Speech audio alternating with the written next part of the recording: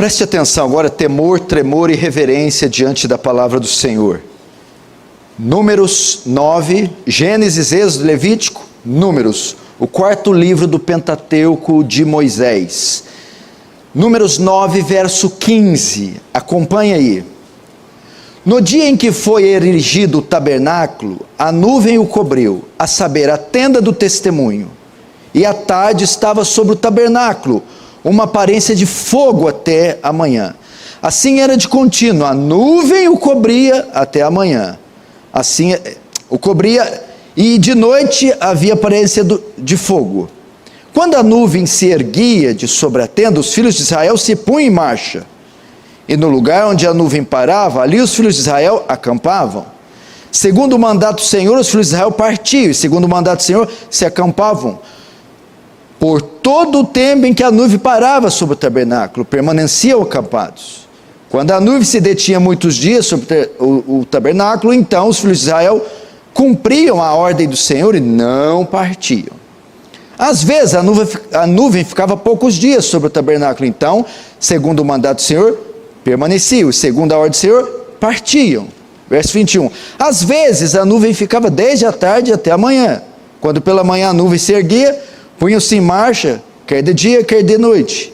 Erguendo-se a nuvem, partiam. Se a nuvem se detinha sobre o tabernáculo por 2 dias, ou 1 mês, ou por mais tempo, enquanto pairava sobre ele, os filhos de Israel permaneciam acampados, e não se punham em marcha, mas erguendo-se ela, partiam, segundo o mandado do Senhor, se acampavam, e segundo o mandado do Senhor, se punham em marcha. Cumpriam o seu dever para com o Senhor, segundo a ordem do Senhor, por intermédio de Moisés. Não feche a Bíblia, feche apenas os olhos para uma rápida oração.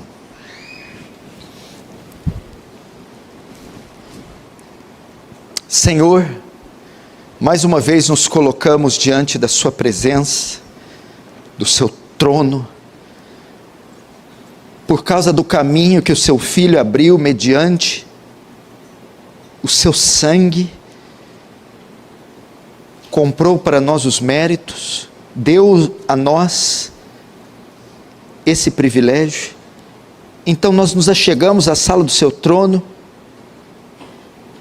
vestidos com a justiça e com os méritos de Cristo, pedindo que o Senhor nos ouça, que o Senhor fale conosco, que a sua presença esteja aqui a despeito da nossa fraqueza, incompreensibilidade, debilidade e pecados. Tem compaixão de nós, tem compaixão de Sião e de todos os lugares assolados da terra. Se o Senhor não for conosco, não nos visitar, de todo pereceremos. Faz teu reino avançar, Senhor. Receba a glória para si e nos conforme a imagem do seu Filho. Amém. Irmãos, vocês se lembram que eu trouxe essa palavra aqui no Réveillon deste ano, mas eu achei muito oportuna falar dela novamente. Estamos fazendo a série de Apocalipse, paramos no capítulo 14, quando retornarmos, iremos do 15 até o final do livro. Antes disso eu vou dar algumas mensagens para pais, como educar os filhos, mas eu vou esperar, eu tenho uma viagem na próxima semana para Itália e França, e quando eu voltar dessas 2 conferências, uma na Itália e outra na França, então eu faço as mensagens para pais, e depois que fazer, volto com o Apocalipse. Eu quero falar à luz de Números capítulo 9, sobre seguir a direção de Deus, ser dirigido por Deus, a importância de não tomar decisões ao arrepio das Escrituras, não tomar decisões sem o consentimento da palavra, ou não conduzir a vida à parte da presença de Deus. Nós somos como ovelhas, porque a Bíblia faz um paralelo de nós, usa a metáfora da ovelha para se referir a nós, porque ela é um animal indefeso, ela não tem muito senso de direção, de instinto. Ela necessita de um pastor que não só proteja, dê pastagem, mas que a conduza. Da mesma sorte, nós também somos essas ovelhas frágeis e sensíveis que precisamos da guia do pastor e do cajado para nos guiar neste mundo. Então não podemos dar o luxo de conduzir nossas vidas conforme a nossa própria vontade. Temos que sujeitar a nossa vontade à vontade de Deus e permitir com que Ele conduza as nossas vidas. E é assim que nós vamos triunfar aqui nessa terra. E a maneira correta de conduzir e de nós lidarmos com o nosso futuro, você tem ideia o que vai ser daqui a um mês? Você não sabe, daqui a uma semana, daqui a um ano. Você tem ideia o que esse mundo vai se transformar, a sociedade, a cultura, o mercado financeiro? Você não tem ideia. Então você não pode dar o luxo, você precisa lidar corretamente com o seu futuro e com todos os desafios daqui para frente. E a maneira correta de fazer isso é sermos dirigidos, guiados pelo Senhor. Nós necessitamos, igreja, nos submetermos às direções que Deus dá através da sua palavra, do seu Espírito e da sua igreja. Quantos irmãos estão quebrando a cara por se conduzirem sozinhos?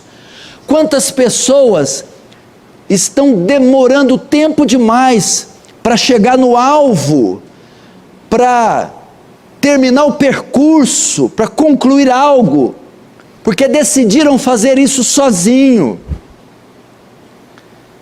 É necessário se sujeitar à direção de Deus, se você quer caminhar triunfante, se você quer superar os obstáculos que virão na sua vida, se você quiser ter bons prognósticos para o futuro, solte as rédeas da sua vida e as coloque na mão de Deus.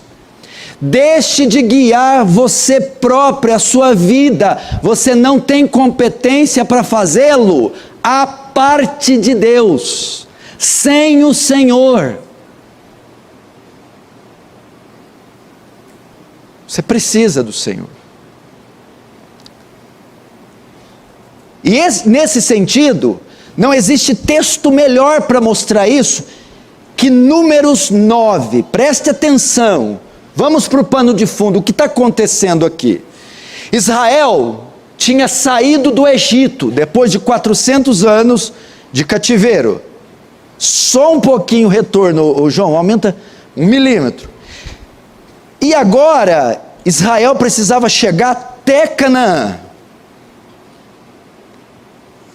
Entretanto, entre o Egito e Canaã, tinha um longo percurso. Eles tinham que atravessar o deserto do Sinai. E eles não poderiam fazer isso sozinhos. Eles não poderiam fazer o tráfico, se conduzirem até Canaã sozinhos. Eles necessitavam da direção de Deus para isso. Necessitavam que Deus os guiasse, porque de outra forma eles não conseguiriam chegar, eles se perderiam no caminho, eles morreriam, eles não concluiriam o trajeto. E é isso que vamos ver. O primeiro ponto da minha mensagem é o quê? O texto mostra por que necessitamos ser guiados por Deus. Por que você precisa da direção de Deus? Por que você precisa das rédeas da sua vida nas mãos de Deus? Primeiro, por causa do ambiente que vivemos. Note, em Números 10, verso 11 e 12, diz assim, Números 10, 11 e 12. Aconteceu no ano segundo, no segundo mês, aos 20 do mês, que a nuvem se ergueu sobre o tabernáculo da congregação. E os filhos de Israel puseram-se em marcha do deserto do Sinai. Veja só, o deserto do Sinai possuía 60 mil quilômetros quadrados. Era o lugar que eles iam passar. Era um local cheio de filisteus, os inimigos de Israel, cheio de fortalezas egípcias, um lugar cheio de serpentes e escorpiões. E eles para chegar em Canaã tinham que atravessar aquilo, mas não havia placas, não havia bússola, não havia nada que os norteasse. Eles tinham que andar à deriva em um mar de areia cheio de armadilhas, e não poderiam fazer isso sozinhos. Por isso necessitavam o retorno, que alguém os guiasse, que o Senhor os guiasse, porque eles poderiam se perder, não havendo sinalização. Eles poderiam dar de cara com um exército inimigo e serem todos mortos no deserto. Eles poderiam cair em alguma armadilha e serem pegos. Então havia muitos perigos, de modo que eles jamais conseguiriam atravessar sozinhos. Queridos irmãos, aqui está mostrando por que necessitamos que Deus nos conduza, por causa do ambiente que vivemos. O deserto é um tipo dessa sociedade caída, é um tipo desse mundo perdido. A igreja, ela está inserida em um mundo perverso, cheio de armadilhas, um mundo que é hostil à presença dela aqui. E ela precisa ser norteada. A igreja vive num campo minado, num contexto que todos querem tragá-la. Ela precisa ser norteada, dirigida. Você precisa entender isso. Nós somos a instituição mais odiada da terra. Esse mundo não foi feito para nós. A igreja é estranha a esse mundo, e ela está cercada de perigos, de escuridão, de trevas, e ela não pode dar um vacilo. Você, meu irmão, não pode correr o risco de dar um vacilo. Você pode ser pego, você pode cair em tentação, você pode entrar em uma trama, em uma aliança, em uma sociedade espúria. Você pode fechar contratos e negócios sujos e ser enganado. Você pode cair em um jogo, em uma conspiração, e você pode ser pego. Portanto, precisamos do Senhor nos dirigindo. Que decisão tomar, Senhor? Que caminho seguir? Quando prosseguir? Quando recuar? Quando atacar? Quando defender? Conduze-nos nessa escuridão. Então aqui, primeiro mostra por que necessitamos o ambiente que vivemos. Segundo, mostra que em razão de vivermos no ambiente que vivemos, não temos condição de caminhar sozinhos. Você precisa admitir a sua incapacidade de conduzir-se sozinho em um mundo como esse. Provérbios diz: não seja sábio aos seus próprios olhos. A sabedoria não nasceu com você e ela não vai morrer com você. Não pense que você sabe tudo. Você não sabe. Cuidado com a soberba e com a arrogância. O fato de Deus revelar o ambiente que vivemos também revela que não temos condição de caminhar sozinhos. Israel precisava ser guiado por Deus, porque era impossível viver e caminhar no deserto sem direção. Nesse sentido, aqui aponta para outra coisa. Esse é um tipo de mundo, de sociedade, que nós não podemos dar o luxo de ser guiados por Freud, pela cultura caída. Nós não podemos ser guiados por mentes mortas. Isaías capítulo 8 diz assim, Isaías, o Senhor está repreendendo a nação e está dizendo: consultarão os mortos em favor dos vivos? A lei e o testemunho, se vocês não falarem conforme essa palavra, jamais verão a alva. Que é isso? A nação de Israel estava consultando pagãos, os vivos, os salvos, os que têm o Espírito Santo. Estava consultando os mortos, os condenados, os pagãos. E o Senhor repreende: vocês consultarão os mortos em favor dos vivos? Vocês deixarão os mortos espirituais da cultura caída, da psicologia caída, das ciências humanas ou do humanismo secular caído, dirigirem o seu casamento, seus filhos, seus negócios? A lei e o testemunho. O que é isso? A palavra. O Senhor que tem que conduzir. Porque esse ambiente não tem competência para conduzir a igreja. Não tem qualificação, qualidade para guiar a igreja. Então, nesse sentido, seja humilde, não seja sábio aos seus próprios olhos, se submeta ao Senhor. Segundo, você precisa do Senhor, porque outra pessoa, o elemento, a instituição, não pode dirigir a igreja.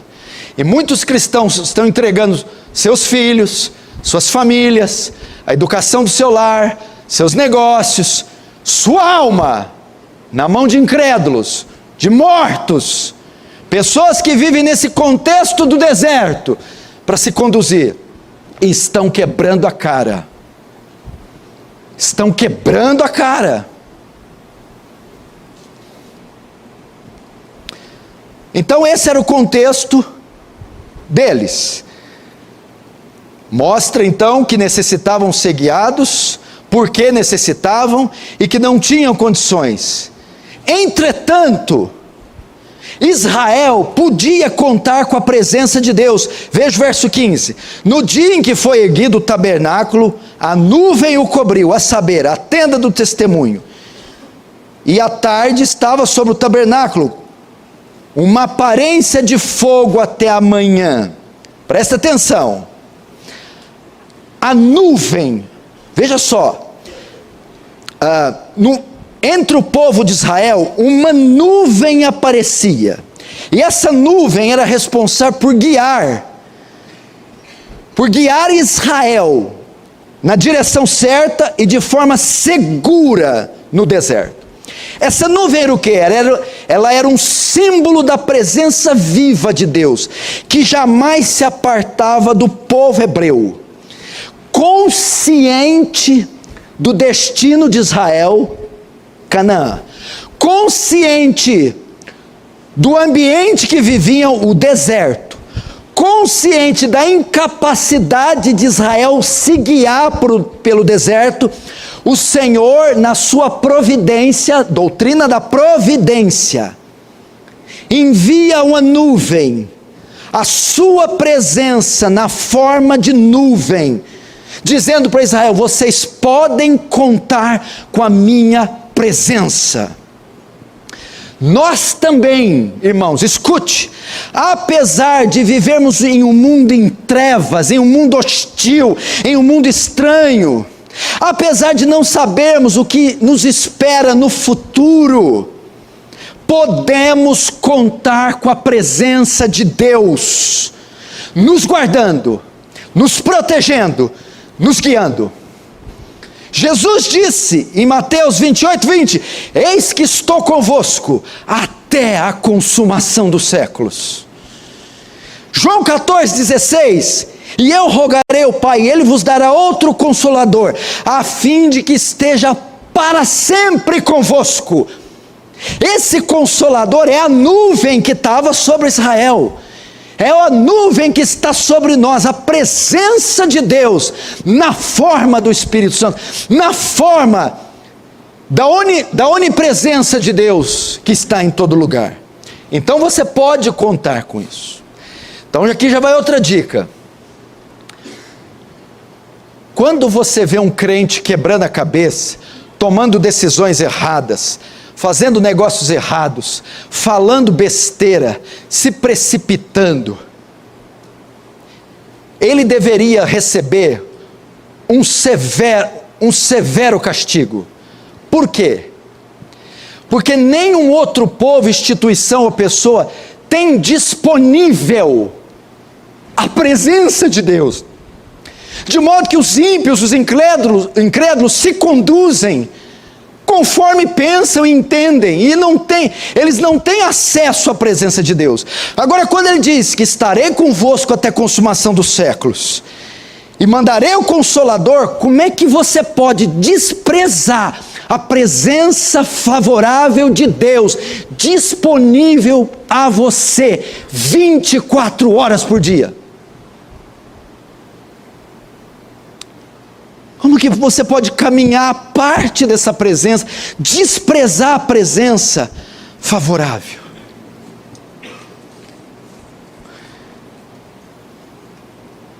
Entretanto, presta atenção,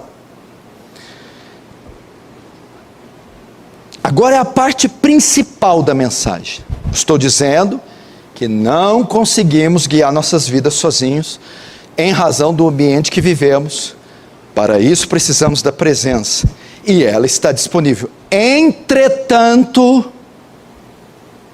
essa presença se manifesta no coletivo. Notem que a nuvem só passou a cobrir e guiar o povo após a construção do tabernáculo, verso 15, no dia em que foi erguido o tabernáculo, a nuvem cobriu a tenda. A nuvem, presença, só apareceu, guiou, seguiu, após a construção do tabernáculo. Então, todo Israel se juntava ao redor do tabernáculo, uma congregação, e aí a nuvem, a glória se manifestava e guiava os irmãos. Queridos irmãos, tempos mais tarde, o tabernáculo fez a transição para o templo, onde a glória de Deus pairava.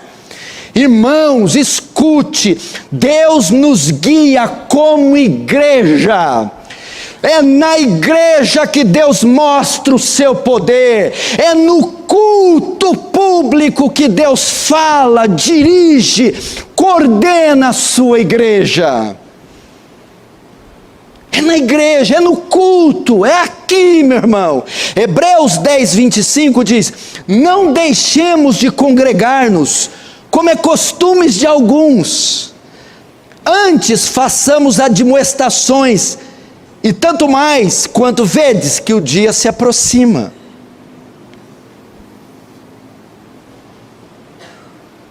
Você entendeu?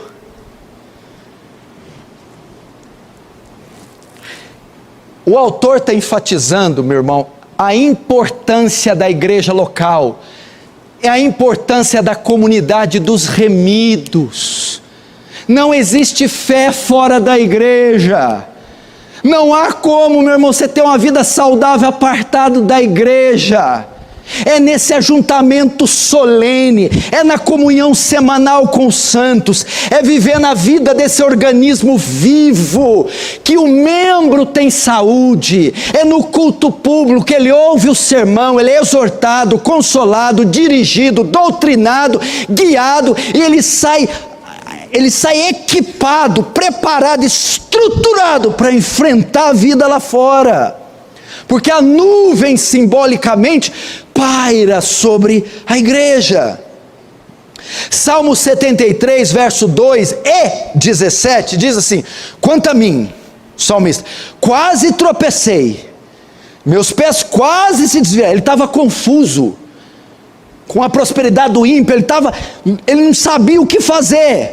Foi então, até que entrei no santuário e atinei com o fim deles. Quando eu fui para a igreja, para o culto, aí eu entendi, Deus falou comigo, Deus me dirigiu.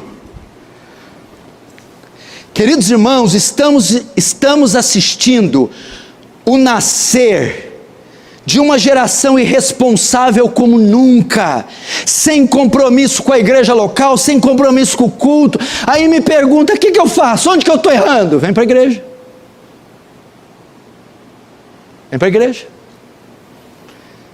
Existe agora um grupo que cresce a cada dia, os chamados desigrejados. O que os desigrejados entendem? Que eles não precisam de um templo, de uma denominação, de uma instituição com CNPJ, com dia e local, para cultuar a Deus, para ser crente e para ser salvo. Eles não precisam.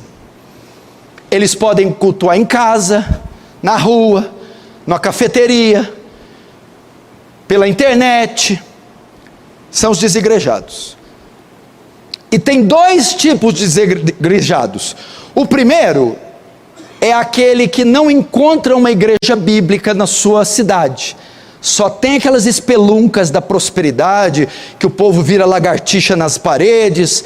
Então ele não consegue, ele está frustrado, foi roubado a vida inteira, enganado a vida inteira, magoado, ferido, destruído, e ele não tem opção. Para salvar a alma dele, o que ele faz? Consome os cultos online, de bons pregadores bíblicos. Esse é porque não tem opção. O segundo tipo de desigrejaado, esse é o ativista, esse é o elaborado, ele simplesmente ignora, diz que a igreja institucionalizada é a invenção de Constantino. Jesus nunca teve igreja, nunca andou por... A igreja de Atos era os irmãos que reuniam nas casas, não havia. Por essa razão, eles não querem sair, não querem participar de igreja.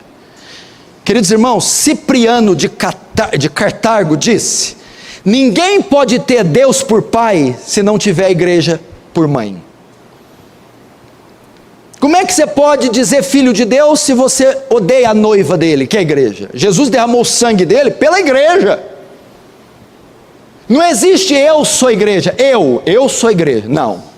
Nós somos igreja, eu sou membro. Para ser igreja, plural, nós. Igreja é igreja quando está reunida, quando está junta. É a comunidade dos salvos, é a assembleia do povo de Deus, dos remidos.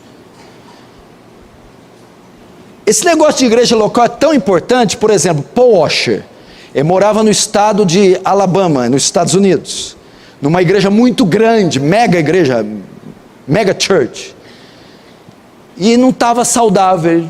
Ele falou: eu preciso de uma igreja fiel, que tenha um pastor zeloso, que pregue a palavra e pastoreie bem minha mulher e meus filhos. Ele se mudou para o estado da Virgínia, para uma igreja de 150 membros, mas que tinha um pastor fiel, zeloso, que pastoreava, aconselhava, disciplinava e pregava com fidelidade as escrituras. Você precisa, sem a igreja, como é que vai aplicar a disciplina eclesiástica em você e nos seus filhos? Precisa aplicar a disciplina. Isso só acontece se você é membro, se você participa da igreja. Discipulado, como é que você vai ser discipulado? O discipulado, os primeiros passos na fé, as doutrinas essenciais, é com a igreja local. Como é que você vai ser separado para o ministério? Se você tem um chamado, é através dos anciãos, dos presbíteros da igreja local. Como é que você vai ser advertido, exortado? A igreja local. Sermões, série de sermões, você precisa fazer parte da igreja. Olha que tremendo, a nuvem só apareceu quando o tabernáculo foi construído. Não tem mais tabernáculo, cadê o tabernáculo? Não tem, Não tem mais templo de Salomão, quer dizer, tem um no Brás lá. Não tem mais. Então onde que a nuvem paira hoje? Na igreja, no culto público. Ela está aqui. E Deus está falando conosco aqui na igreja. Deus está dirigindo. Aí tem outra coisa. Quem pastoreia você é a sua igreja local. É o pastor da sua igreja local. Você pode se aconselhar com esses homens, você pode tirar alguma coisa, mas quem define a visão doutrinária, discipula, orienta, coordena, é a igreja. Então não fica distribuindo esse monte de vídeo, um para lá, olha o que fulano falou, você fica com essa colcha de retalha doutrinada. Nós temos uma confissão de fé, 1689, é de New Hampshire. Você atende, quem atende na Igreja Aliança do Calvário, pastor Paulo, pastor Cunha, os presbíteros, e o Danilo que está vindo tinino aí dos Estados Unidos.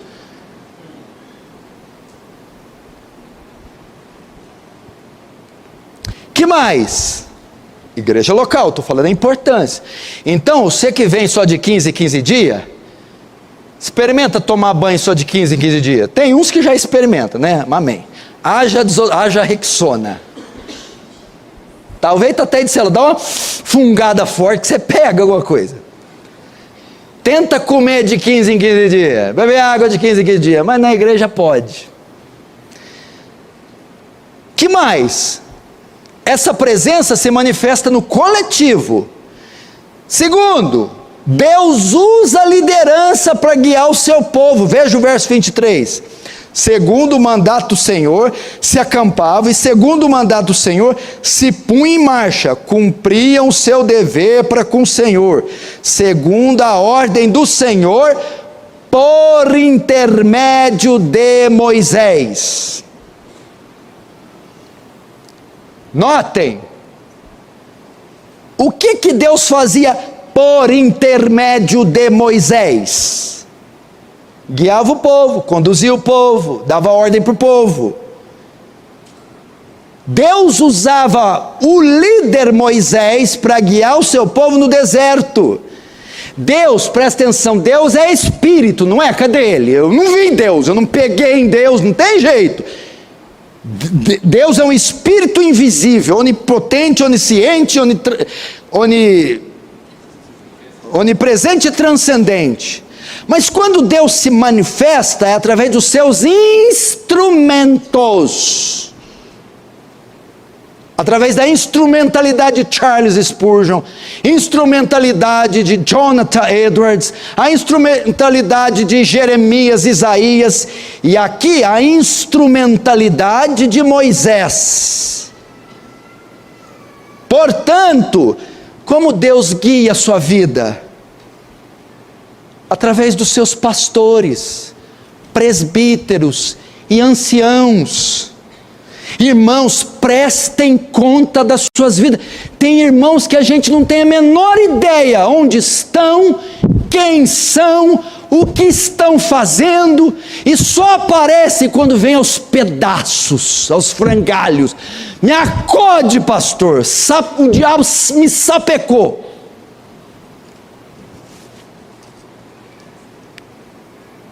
Presta contas, busca conselhos. Hebreus 13:17 diz: obedecei a vossos líderes e sede submissos para com eles, pois velam por vossa alma.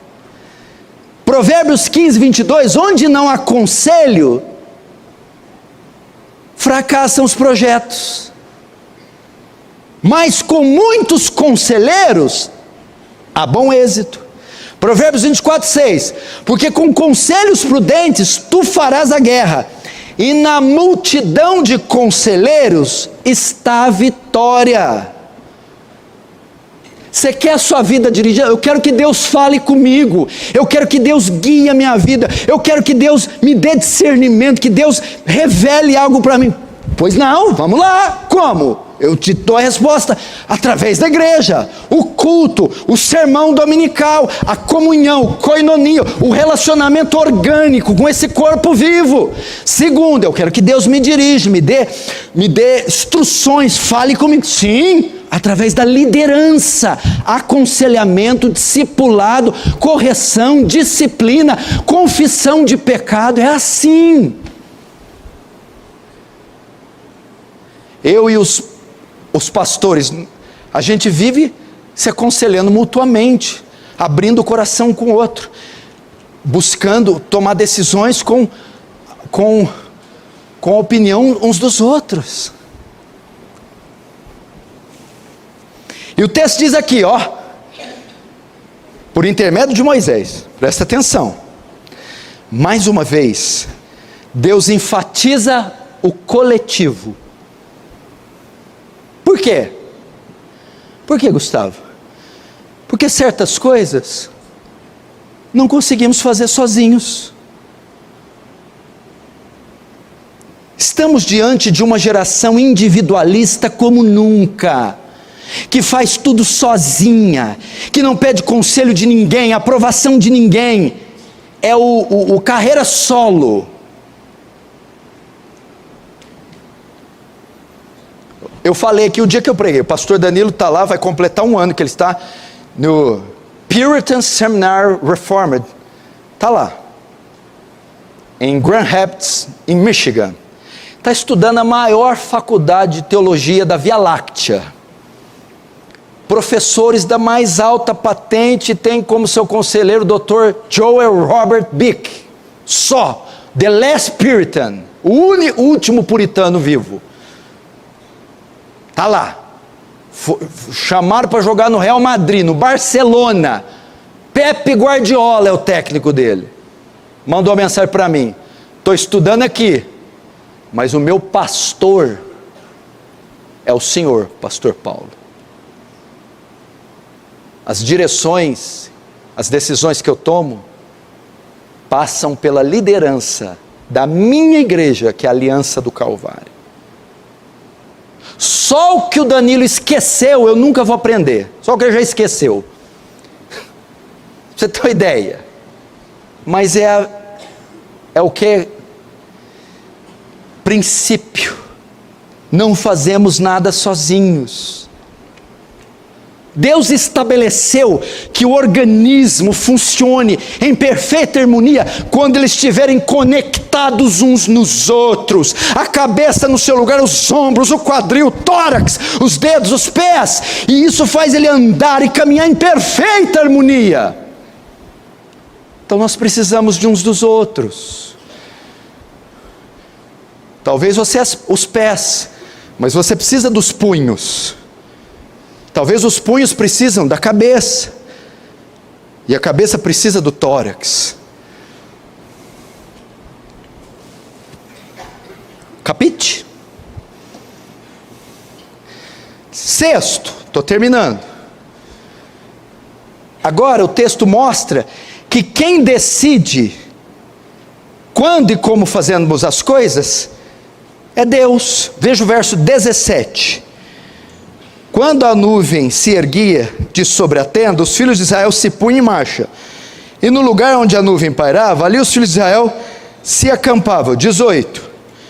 Conforme, segundo o mandato de Deus, os filhos de Israel partiam.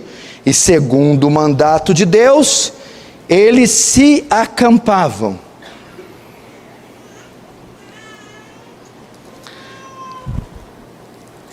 No verso 19 e 20... encontramos o termo ordem. Veja só, quando a nuvem se detinha, então os filhos de Israel cumpriam a ordem do Senhor. Agora o 20, às vezes a nuvem ficava poucos dias sobre o tabernáculo, então segundo o mandato do Senhor, permaneciam, segundo a ordem do Senhor, partiam. Vamos lá, vamos entender isso aqui.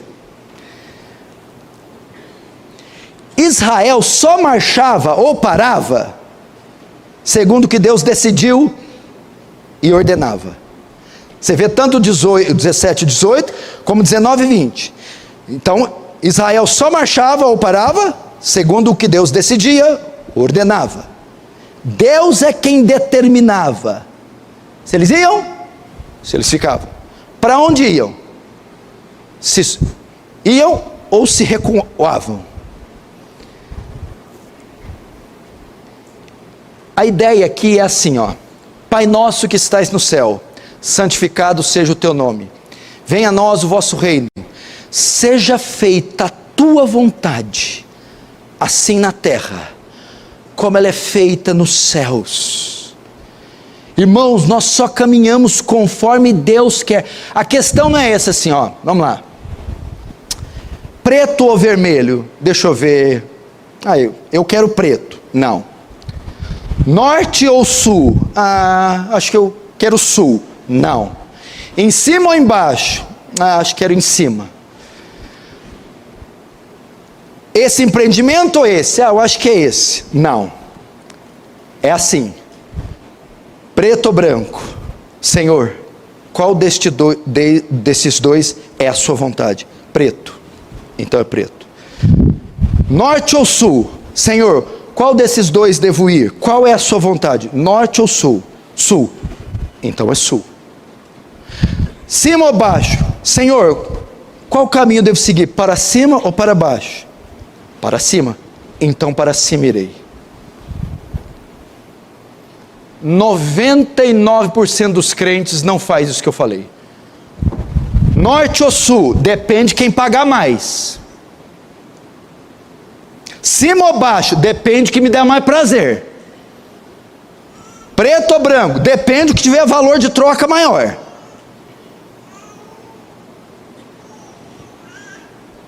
A pergunta deve ser: qual desses dois o Senhor receberá mais glória? Qual desses caminhos me santificará e me deixará mais próximo do Senhor? Qual desses ajudará o avanço do seu reino? Qual desses será melhor para a minha família? Pai nosso que estás no céu, seja feita a tua vontade. Porque o texto diz, ó, Israel só ia e voltava segundo o que Deus ordenava. Por quê? Porque existem mandamentos e nós devemos obedecê-los. Veja o verso 18 e o 23. 18. Segundo o mandato do Senhor, os filhos de Israel partiam. E segundo o mandato do Senhor, se acampavam. Agora 23. Segundo o mandato do Senhor, se acampavam. E segundo o mandato do Senhor, se punham em marcha. Essa palavra no hebraico, mandato, tanto do 18 quanto do 23, dá a ideia do quê? No original quer dizer boca do Senhor, ou palavra do Senhor. Então nós caminhamos conforme a palavra revelada do Senhor. Naquela época, onde estava a palavra de Deus? Estava registrada? Não. Como ela era revelada? Da própria boca. O Senhor falava, ou eles ouviam. Então vamos aqui. E hoje? Nós andamos conforme a palavra de Deus revelada. E Deus falou. Onde que ela caiu?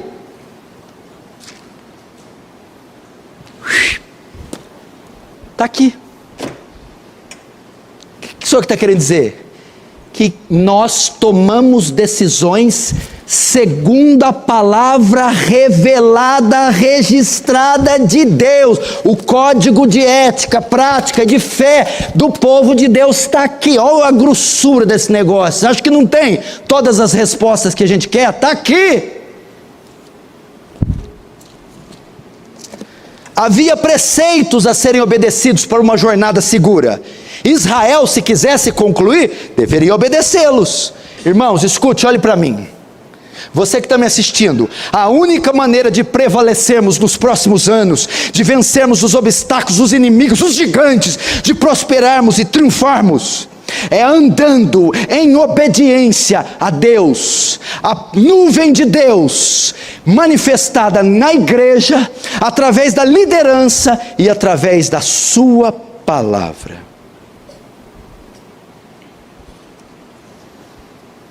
Difícil? Está aqui o Humberto. Humberto trabalhou na Mitsubishi, na Ferrari, na Lamborghini, na NASA. Trabalhou. Quando você chegou para mexer no seu primeiro Mitsubishi, você foi assim? Você nunca viu o carro. Chegou, o cara te deu as ferramentas. Vai lá, filho. O que você fez? Passou por um rigoroso treinamento, examinou o carro, e todas as vezes que vai mexer, você consulta o manual, não é isso? Por que a gente tem tanta dificuldade? Aqui o manual do homem. Pastor, eu tenho dificuldade com os meus filhos. Efésios 6, está aqui, ó, como é que usa eles, ó. Faz assim, assim, aperte o botão A, depois o B, o C e fica esperando. Pastor, a minha mulher, não sei mais o que eu faço. Quando ela abre a boca parece uma metralhadora, pastor. Provérbios. Está aqui, como é que eu lido com o dinheiro? Está aqui, com os meus pecados, está aqui. Então, vamos nos atentar para a palavra de Deus. Terminando agora.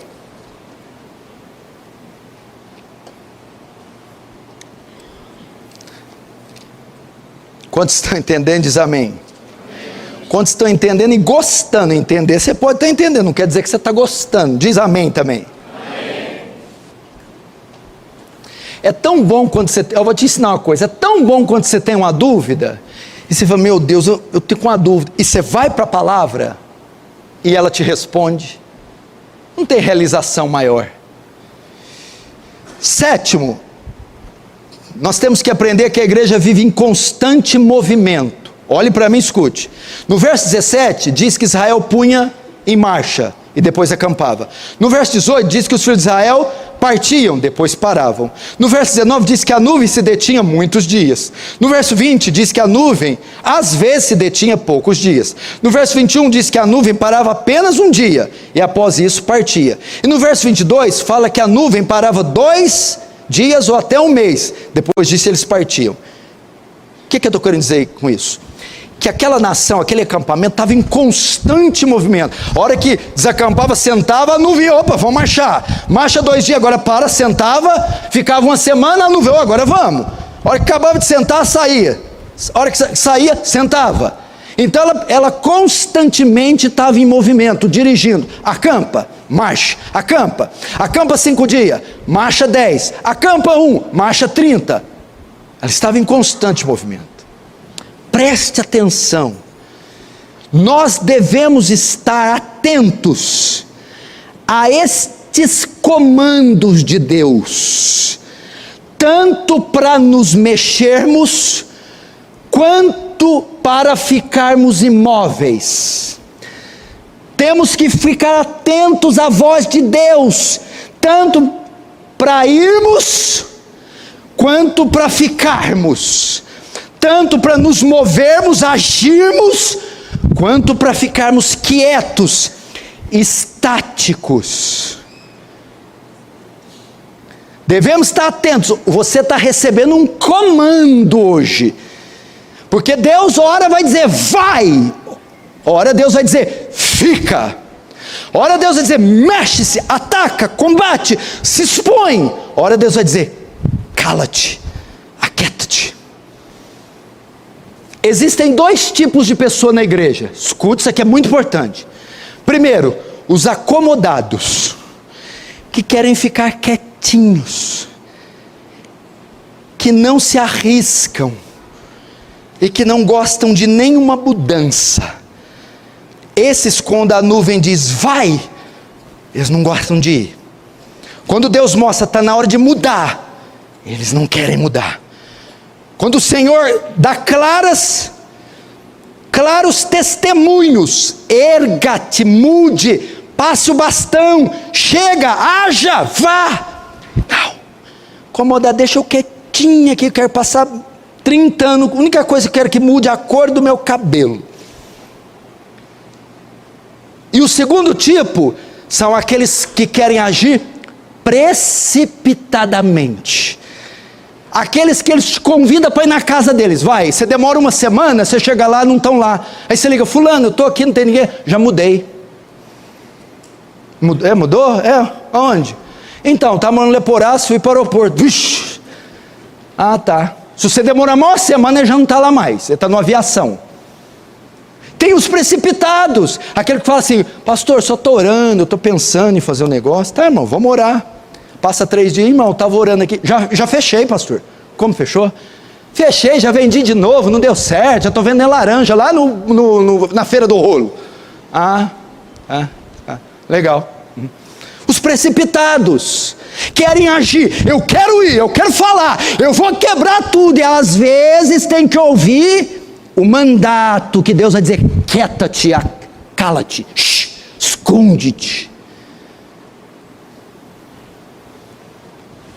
E quando você sabe isso, a nuvem, o culto, os anciãos, a pregação, você vai ouvir a pregação, o Espírito Santo, os conselhos, vai dizer: levanta, rapaz, deixa de ser mole, vamos, homem. E outro vai dizer: fecha a boca, servo, sossega, irmã. Por quê? Por que é importante a direção de Deus? Porque às vezes Ele vai nos dizer: mexa-se, é preciso mudanças radicais. E nós temos que criar coragem e enfrentar e seguir. Porque no verso 21, ficaram só um dia e rapidamente partiram.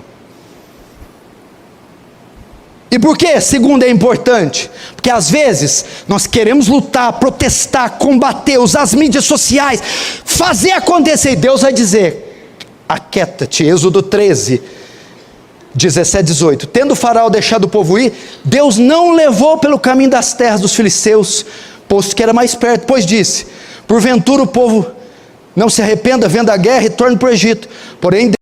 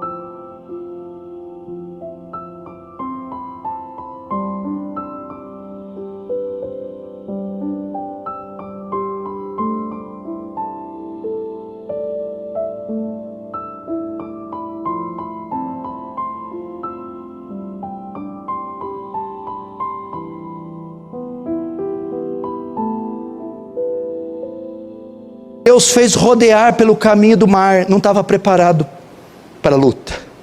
Então Deus falou: não vai, fica. Queridos irmãos, Deus vai dizer: é hora de ficar em silêncio. Você pode cair numa armadilha. O inimigo é poderoso. Se você agir assim, você vai ser derrotado. Fique quieto. E vai ter horas que Ele vai dizer: vá, chegou a hora de enfrentar. Abra a tua boca, mostra-te. fim. Números 10, verso 11. Aconteceu no ano segundo, no segundo mês, aos 20 do mês, que a nuvem se ergueu de sobre o tabernáculo da congregação. Verso 12, os filhos de Israel puseram-se em marcha do deserto do Sinai, jornada após jornada, e a nuvem repousou no deserto de Parã. Assim, ao 13, pela primeira vez se puseram em marcha, segundo o mandato do Senhor, por intermédio de Moisés. Então, após o mandato do Senhor, a liderança de Moisés e a nuvem, Israel partiu seguro. Você quer partir seguro esse ano? Quer caminhar seguro? Aqui estão os princípios. Vamos fechar os olhos, vamos orar.